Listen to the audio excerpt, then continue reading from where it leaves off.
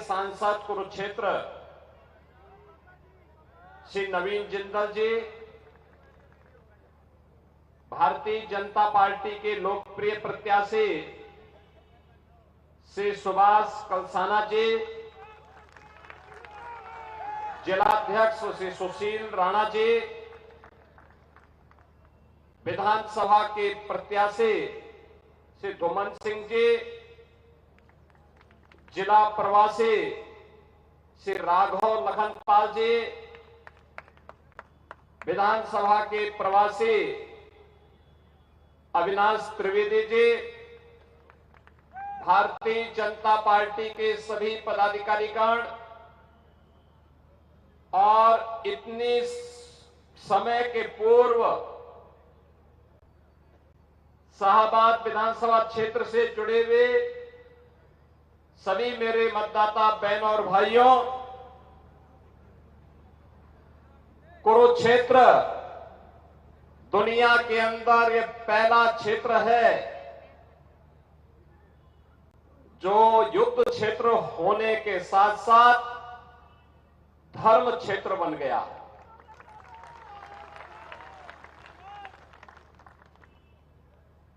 धर्म क्षेत्र इसलिए बन गया क्योंकि सत्य, धर्म और न्याय के लिए महाभारत का युद्ध हुआ था। भारत के ज्ञान विज्ञान की अपूर्णीय क्षति हुई, लेकिन कौरव दल जो अन्याय, असत्य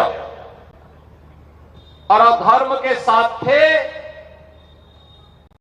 वे शक्तिशाली होने के बावजूद पराजय का मुंह उनको देखना पड़ा था। ये वही भूमि है जहां युद्ध भूमि में दुनिया का सबसे तेजस्वी उपदेश दिया गया, और उपदेश किसी और ने नहीं, श्री द्वारिकानाथ वृंदावन बिहारी लाल कृष्ण कन्हैया ने इसी धरती पर दिया था। परित्राणाय साधूनां विनाशाय च दुष्कृताम, सज्जनों का संरक्षण करने के लिए और दुर्जनों को राम नाम सत्य है के मार्ग पर भेजने के लिए ही प्रभु का बार बार अवतरण होता है। और बहनों और भाइयों, लोकतंत्र में जनता भी उस जनार्दन के रूप में अपना आशीर्वाद प्रत्याशियों को देती है, पार्टियों को देती है। और इसी बात का आह्वान करने के लिए मैं आपके बीच आज आया हूं। मैं देख रहा था जब मैं मंच पे मैं अपनी बात को कहने के लिए आया, मैं बैठा था, नवीन जी बोल रहे थे, सुभाष कलसाना जी अपनी बात को रख रहे थे, लेकिन बीच बीच में जय श्री राम के नारे भी लग रहे थे। बहनों और भाइयों, कौन ऐसा भारतीय होगा जो अयोध्या में 22 जनवरी 2024 को जब देश के यशस्वी प्रधानमंत्री श्री नरेंद्र मोदी जी के कर कमलों से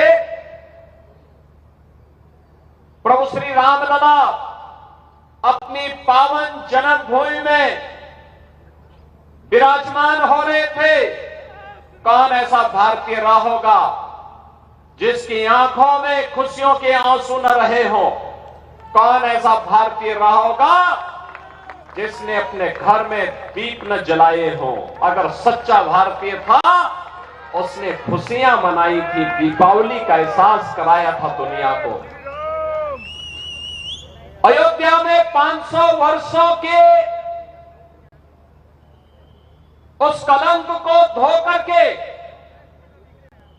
रामलला का फिर से विराजमान होना दुनिया की शोषित, पीड़ित, दलित सभी जातियों के लिए एक संदेश था। और वो संदेश था कि हर हाल में अगर भारत में 500 वर्षों के बाद रामलला का विराजमान हो सकता है, अगर दुनिया की वे सभी ताकतें एकजुट होकर के जो दमित हैं, पीड़ित हैं, अन्याय और अत्याचार का शिकार हुई हैं, वे भी एकजुट होकर के कार्य करेंगे तो उन्हें भी अवश्य सफलता प्राप्त होगी। बहनों और भाइयों, ये संदेश भारत से गया, लेकिन ये भारत का ये संदेश आखिर हम सबको क्या कह रहा है? अयोध्या में सफलता का राज क्या है? सफलता का राज भारत की न्यायपालिका की ताकत भी है और साथ साथ डबल इंजन सरकार की ताकत का एहसास भी है।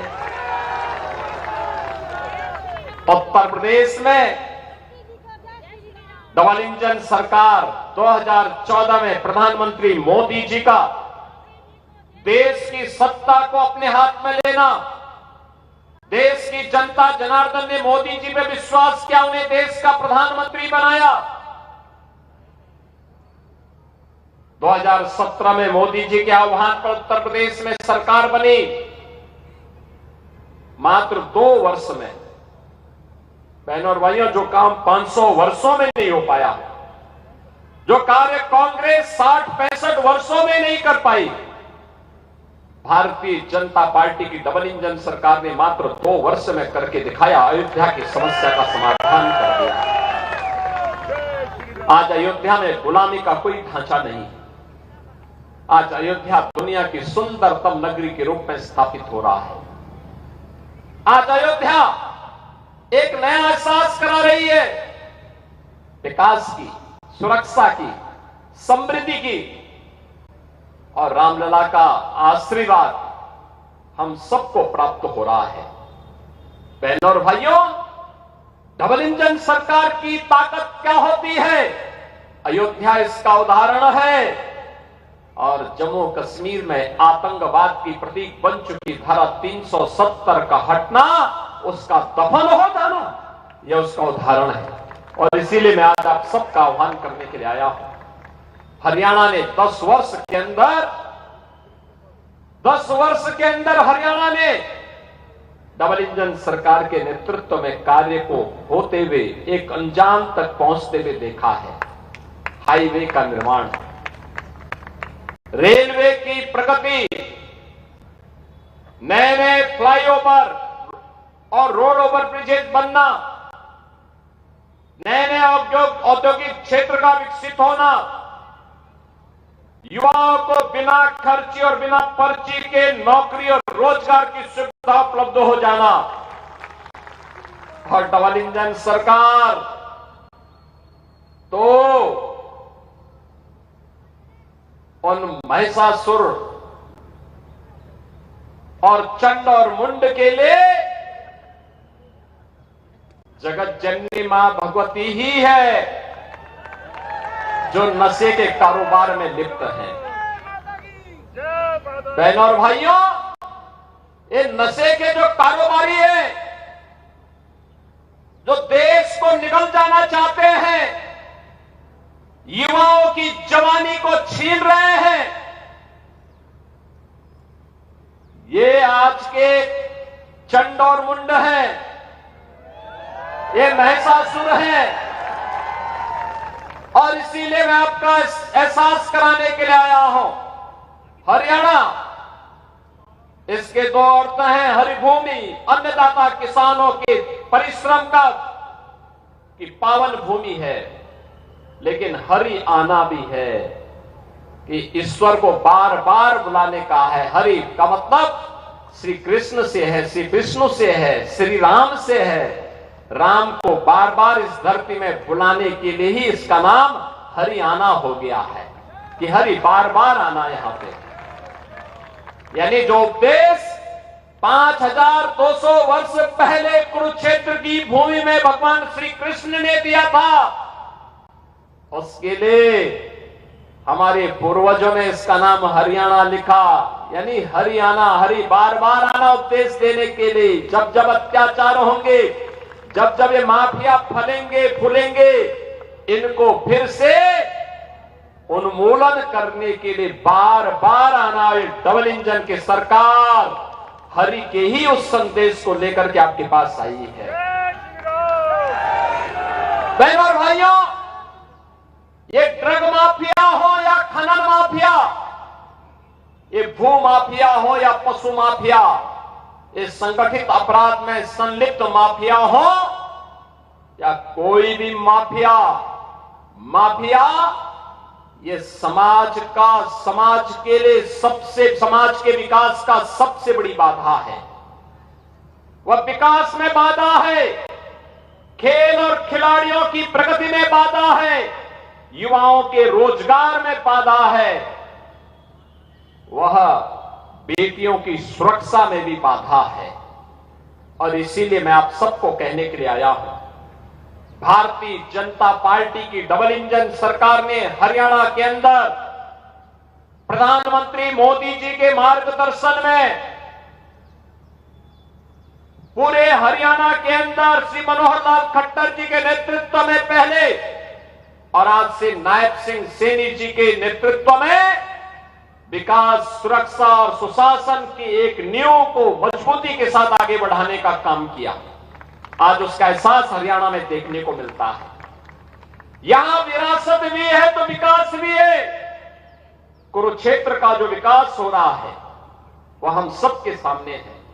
और मैं तो आपका हृदय से धन्यवाद करूंगा कि लोकसभा चुनाव में तमाम अफवाह के बावजूद कांग्रेस के द्वारा, आम आदमी पार्टी के द्वारा तमाम अफवाह फैलाई जा रही थी, उस अफवाह के बावजूद आप सबने भारतीय जनता पार्टी पर विश्वास किया, प्रधानमंत्री मोदी जी पर विश्वास किया और अपने लोकप्रिय सांसद के रूप में श्री नवीन जिंदल जी को कुरुक्षेत्र लोकसभा सीट में फिर से यहां से सांसद चुन करके भेजा।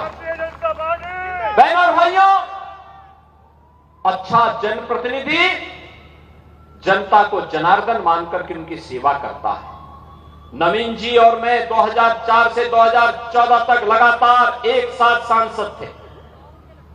मैंने उनकी कार्य पद्धति को देखा है। भारत के आन बान और शान के प्रतीक भारत के तिरंगे को हर परिवार अपने घर में लगा सकता है और इस प्रतीक को अपने पास भी सिंबॉलिक लगा सकता है। इस लड़ाई को श्री नवीन जिंदल जी ने सुप्रीम कोर्ट तक लड़ करके फैसला करवाया था। उनके स्तर पर किए जाने वाले तमाम कार्य, कहीं स्पोर्ट्स के लिए, कहीं स्वास्थ्य के लिए, कहीं शिक्षा के लिए, कहीं रोजगार के लिए, कहीं स्किल डेवलपमेंट के लिए, यह एहसास कराता है कि हर जनप्रतिनिधि अगर इतना ही जागरूक होकर के कार्य करने लग जाएगा तो बहनों और भाइयों, नौजवानों को एक नई मंजिल मिलेगी आगे बढ़ने के लिए और उनका सहयोग देने के लिए उसी तर्ज पर एक ईमानदार, कर्मठ विधायक भी आपके पास होना चाहिए। और इसके लिए भारतीय जनता पार्टी ने शाहबाद विधानसभा क्षेत्र में श्री सुभाष कलसाना को अपना प्रत्याशी बना करके आपके बीच उतारा है। बहनों और भाइयों, सुभाष जी पेशे से एक शिक्षक हैं, एक कॉलेज में लेक्चरर है, पढ़े लिखे हैं, सज्जन है, शिक्षा के महत्व को जानते हैं, नशा नाश का कारण है ये भी जानते हैं, खेल और खिलाड़ियों के महत्व को समझते हैं। विकास कैसे होना है जब ये दोनों डबल इंजन मिलकर के, हरियाणा की डबल इंजन की सरकार और केंद्र की सरकार मिलकर के कार्य करेगी तो वह विकास आपके द्वार तक पहुंचेगा। तब सड़क बनेगी, तब बिजली आएगी, तब पानी मिलेगा, तब औद्योगिक क्षेत्र विकसित होंगे, तब सरकारी क्षेत्र में और निजी क्षेत्र में रोजगार मिलेगा। इसके लिए डबल इंजन की सरकार होनी बहुत आवश्यक है।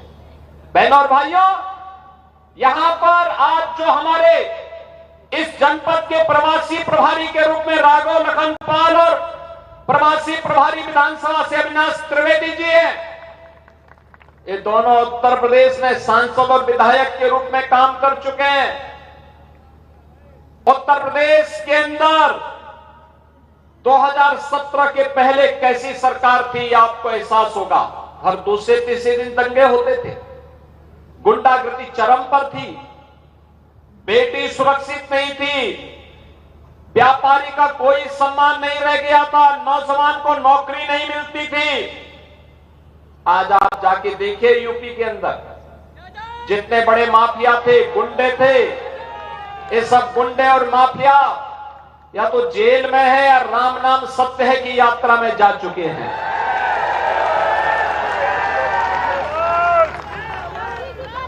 आज उत्तर प्रदेश में कोई दंगा नहीं होता है, 7.5 वर्ष में कोई दंगा यूपी के अंदर नहीं हुआ।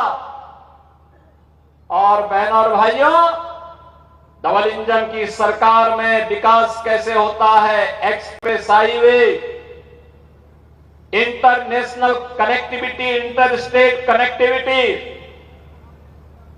नए नए औद्योगिक क्षेत्र विकसित हो रहे हैं, लाखों करोड़ रुपए का निवेश हो रहा है, लगभग 7 लाख नौजवानों को वहां सरकारी नौकरी दी जा चुकी है,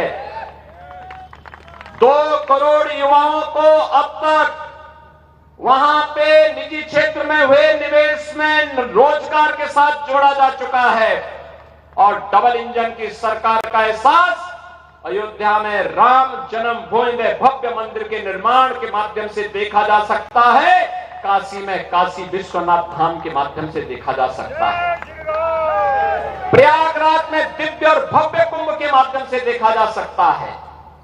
आज कोई वहां पर भारत विरोधी गतिविधियों में, किसी समाज विरोधी गतिविधियों में लिप्त तत्व सिर उठा करके नहीं चल सकता, क्योंकि उसे एहसास है डबल इंजन की भाजपा की सरकार है, यह सुरक्षा हर बेटी हर बहन को सुरक्षा देना जानती है, हर व्यापारी का सम्मान करना जानती है, समाज में सज्जन सत्य के संरक्षण के लिए कार्य करना जानती है और दुर्जनों से ठीक से निपटने के लिए भी जानी जाती है। और इसीलिए आपका एहसान कराने के लिए मैं आ रहा हूं कि बहनों और भाइयों, ये डबल इंजन की सरकार की ताकत है। और इसीलिए आप सबसे मेरी अपील है, आज चुनाव प्रचार का अंतिम दिन है, आज शारदीय नवरात्रि भी आज से प्रारंभ हो चुकी है।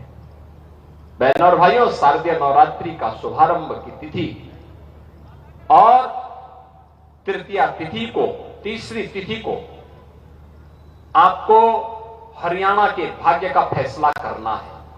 और मेरी आप सबसे अपील है, ये माफिया को फिर से कभी मत आने देना,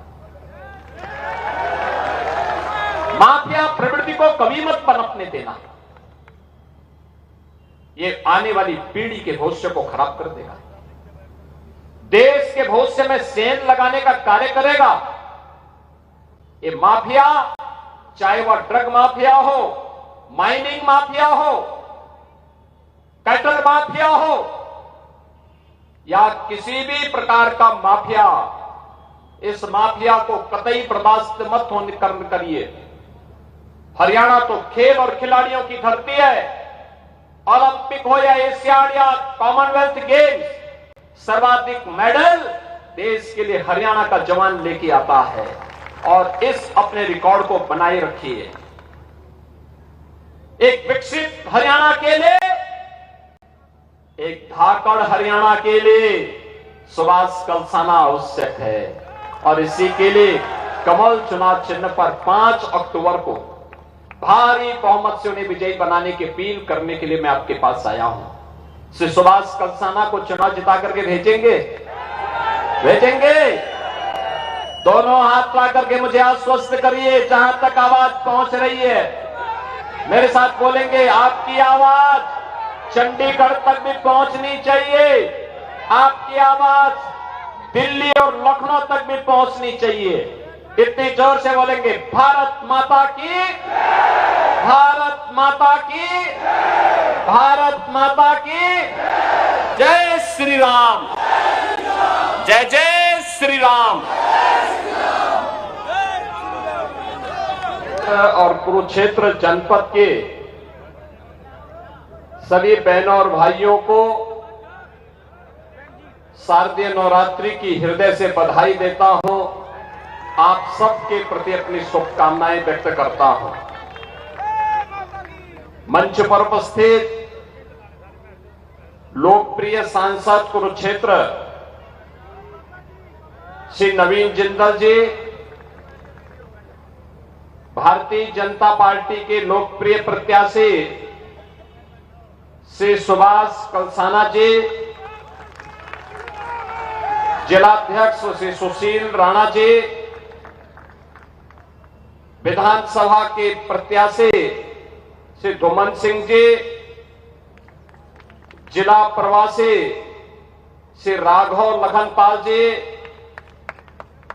विधानसभा के प्रवासी अविनाश त्रिवेदी जी, भारतीय जनता पार्टी के सभी पदाधिकारीगण और इतने समय के पूर्व शाहबाद विधानसभा क्षेत्र से जुड़े हुए सभी मेरे मतदाता बहनों और भाइयों, कुरुक्षेत्र दुनिया के अंदर यह पहला क्षेत्र है जो युद्ध क्षेत्र होने के साथ साथ धर्म क्षेत्र बन गया।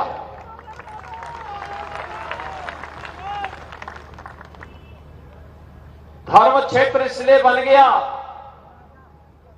क्योंकि सत्य, धर्म और न्याय के लिए महाभारत का युद्ध हुआ था। भारत के ज्ञान विज्ञान की अपूर्णीय क्षति हुई, लेकिन कौरव दल जो अन्याय, असत्य और अधर्म के साथ थे, वे शक्तिशाली होने के बावजूद पराजय का मुंह उनको देखना पड़ा था। ये वही भूमि है जहां युद्ध भूमि में दुनिया का सबसे तेजस्वी उपदेश दिया गया, और उपदेश किसी और ने नहीं, श्री द्वारिकानाथ वृंदावन बिहारी लाल कृष्ण कन्हैया ने इसी धरती पर दिया था।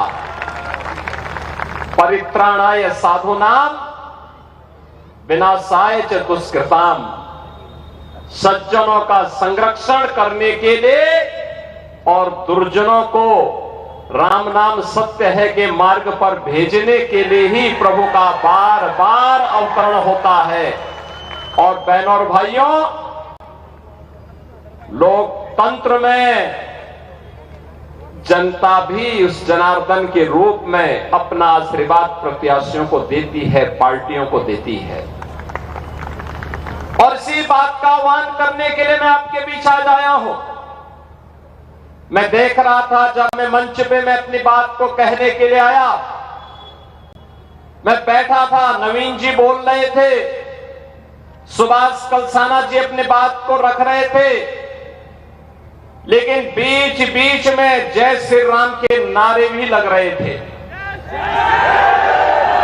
बहनों और भाइयों, कौन ऐसा भारतीय होगा